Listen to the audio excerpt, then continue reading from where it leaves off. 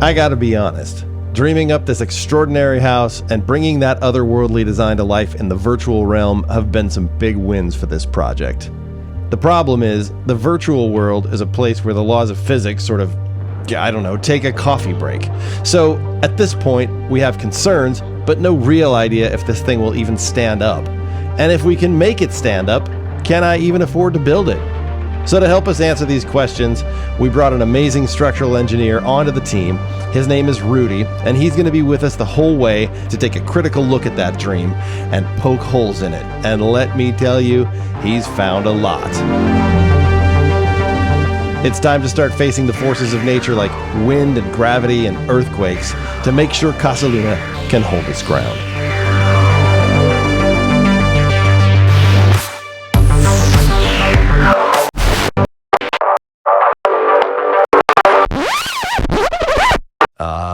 Yeah, there are some definite problems.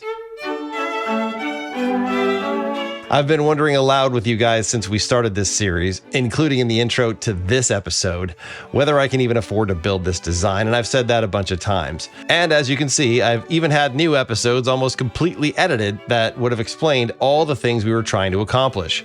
But the reason it's taken so long to get a new episode out is that after a lot of consultation with a whole bunch of people, when the all-in estimates are consistently coming in from everybody, around $850 to $1,000 a square foot for a 4,000 square foot place, that calculates out to about $3.5 to $4 million. And I just don't have the budget for that. So the reality checks on cost with all the experts has forced us into what we believe is a no-go decision on the moonroof design, which we'll call V1 for the purposes of this episode. Basically, it comes down to massive excavation, tons of concrete, and the moonroof itself. But like Architod said back in the very beginning, there are some realities of cost involved that are going to have to be faced, but we'll burn that bridge after we cross it.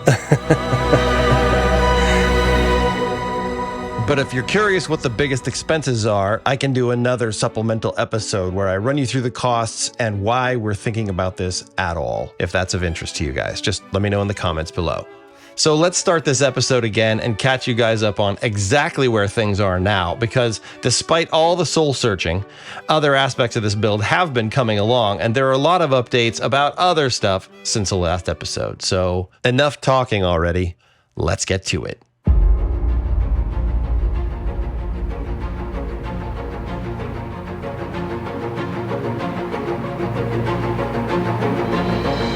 This has turned out to be another one of those crazy information-packed episodes. This is a guy named Kourosh Younesi, and he's a geotechnical engineer, and I thought he was just going to come out to Casa Luna and check some stuff out and give me some recommendations. But it turns out his involvement in any construction project is much deeper than that. He talked about site investigation, soil testing, foundation design, slope stability analysis, earthquake engineering, retaining structures, construction monitoring. I mean, the list goes on and on with this guy. He's very, very knowledgeable, and I learned a ton. I hope you guys get as much out of this guy as I did.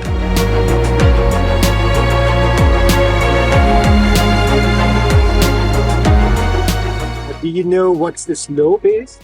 Well, we have the topographical survey, so we did a LiDAR survey. We know what the slope is exactly, actually. It's very important because we are talking about slope stability analysis. If something happens, something that just goes... Like earthquake, water, that kind of thing? Induced landslide. Uh-huh. And I can see that the slope is huge right now. Yes, it is. So we should be careful about that. If you are going to get so close to the slope, maybe is much riskier than, for example, the edge of the structure be here. And according to geological maps that I just reviewed before I come here, it shows that we don't have very bad material. I'm not sure about the superficial layers. If the superficial layers are thick, then we have more problem. But if we hit the bedrock as soon as possible, then the risk of the slope stability will be less. I can tell you one thing for sure. From our septic digs to figure out where the leach field is going to be, we did two, well, they were supposed to be 16-foot holes.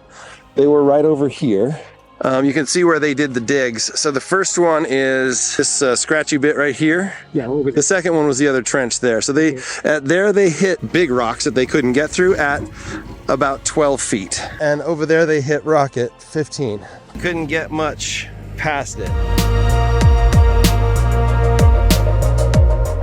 Let's see, we have some maybe different categorization of bedrock. So what kind of drilling rig did they bring? A backhoe, yeah. And a lot of the material they were going through is shale like this. Did they hit this at the ground surface or near ground? Near ground surface, yeah. Okay, so Yeah. we have the bedrock at the near surface. There are lots of buildings that they are at the edge of the slopes, and we just need to find out how stable is that. If we see that, okay, there is a possibility that we are in danger, we will call it a safety factor, right? Okay. If so, then we need to shift a little bit to flatter area. Gotcha. Okay. So it depends on the topographical map. It depends on the soil condition. It depends on how close you are to the fault. We are close to the fault, but we are not on the fault. Okay, cool. But it doesn't mean that the shaking is less. So the peak ground acceleration, the acceleration that we need for the analysis will be significant. So combination of all of these things we need to do for the analysis, and after that we can figure out if we are in a good position or not. In terms of the placement of the house on the property? Yeah, exactly. I see.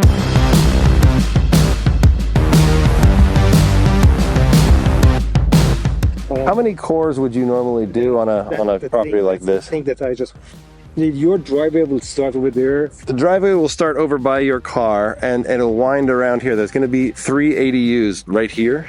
Okay. 1, 2, 3 ADUs. 3 ADUs right there. Over here, the driveway comes in where my car is, and then this flat stays flat. Okay, and you don't have any structure there here? Yeah. So the truck, it'll start drilling one hole over there. Probably one hole here for the ADU 1 or 2. Okay. The other one for the garage. Yeah. And how deep it goes? The well? They've been hitting water all along this ridge around 300 feet. Okay. We will end up one drill over there, for example.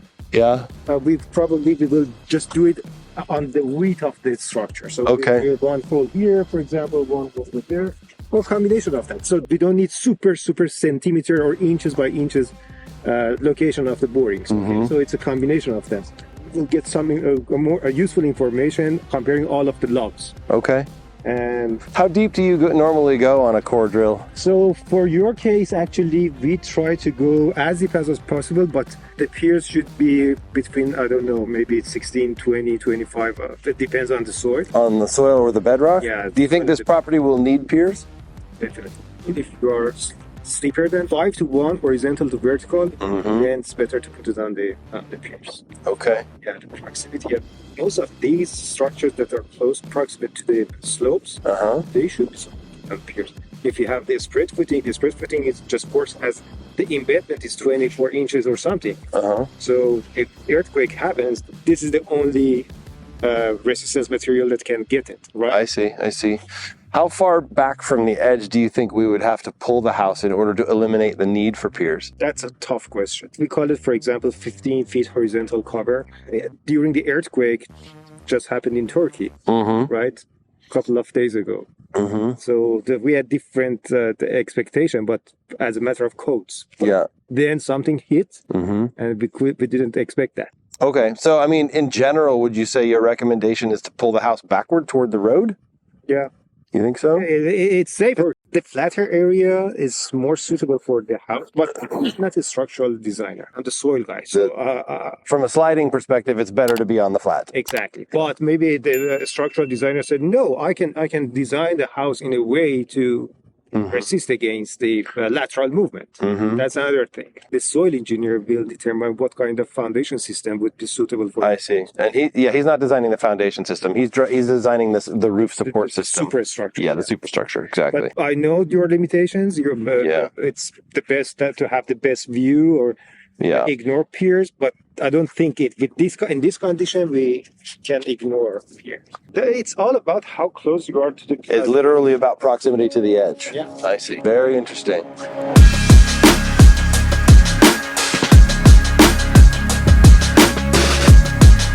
What will this cost me, by the way? We need at least 1 day drilling here, at least. And we need to do the slope stability analysis for this part. And it should be around between 8,000 to 9,000 or 8 to 10. And what does the county do with this information? They will search for a couple of questions, geohazards such as fault rupture, landslide, liquefaction, and settlement, and collapsibility angle. These are the geohazards, type of the foundation system that you might need, and what else, the characteristic of the soil, if you hit the water, and general recommendation for slab on grade, for piers, for foundations, for retaining walls, for pool if you have. Is your role mostly just to provide data to county, or also make recommendations? For the civil designer, for the structural designer. Okay. This is the base of the septic guys, civil engineers, of different items. Topographical, the surveying and the geotechnical investigation are basic.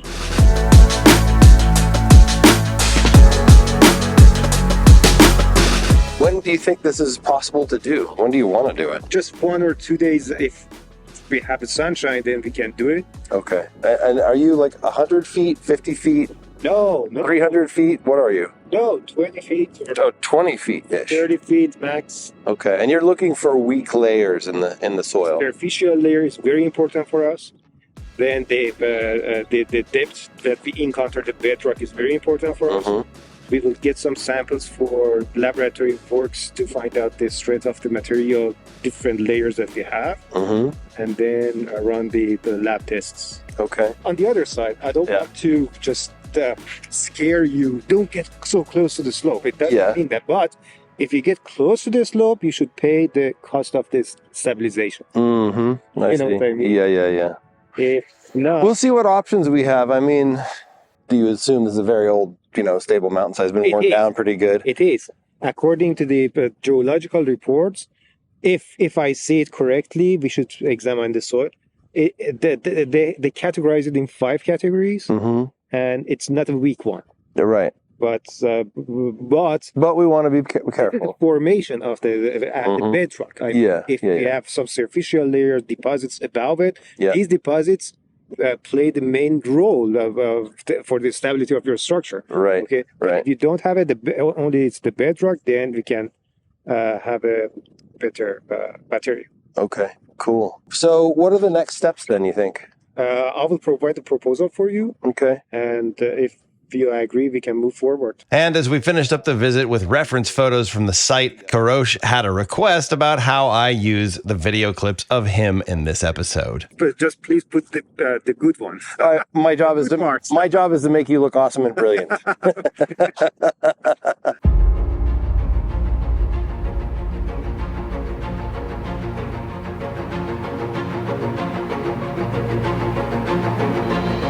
Well, I'm headed up to Casa Luna right now in the morning because there was a lot of rain in the night and some cold temperatures.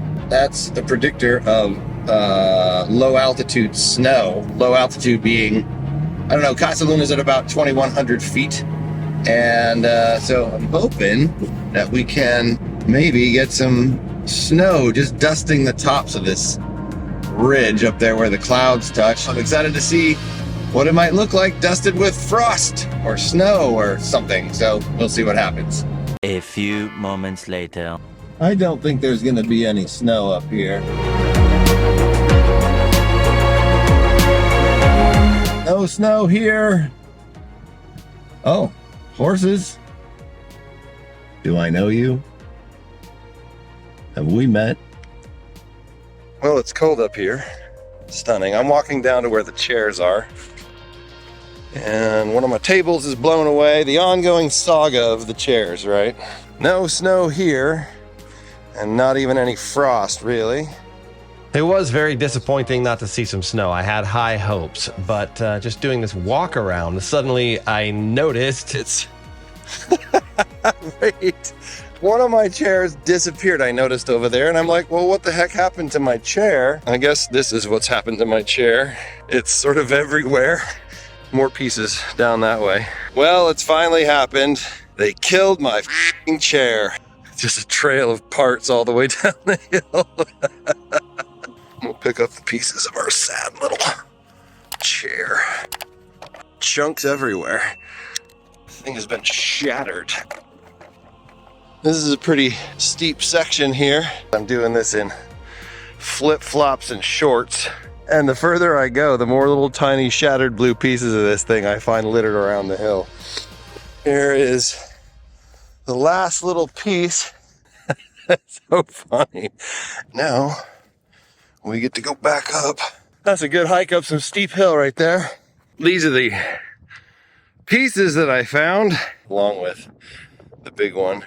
My hands are frozen, and that would be why. It's just above freezing, and I'm not really wearing anything of any significance to keep myself warm. So the back window's open, the broken chair is sticking out it, and another adventure at Casa Luna comes to an end.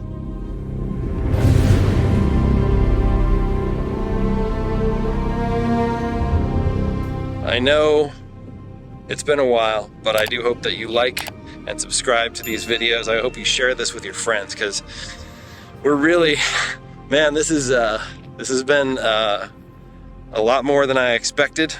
I knew that it was going to be difficult. I knew that it was going to be a long process. I'm pretty much just rambling here, probably out of relief that episode 9 is finally finished. But we do have serious work ahead of us with the potential redesign looming. Most of that is going to be focused around cutting the major costs that we were committing to in V1.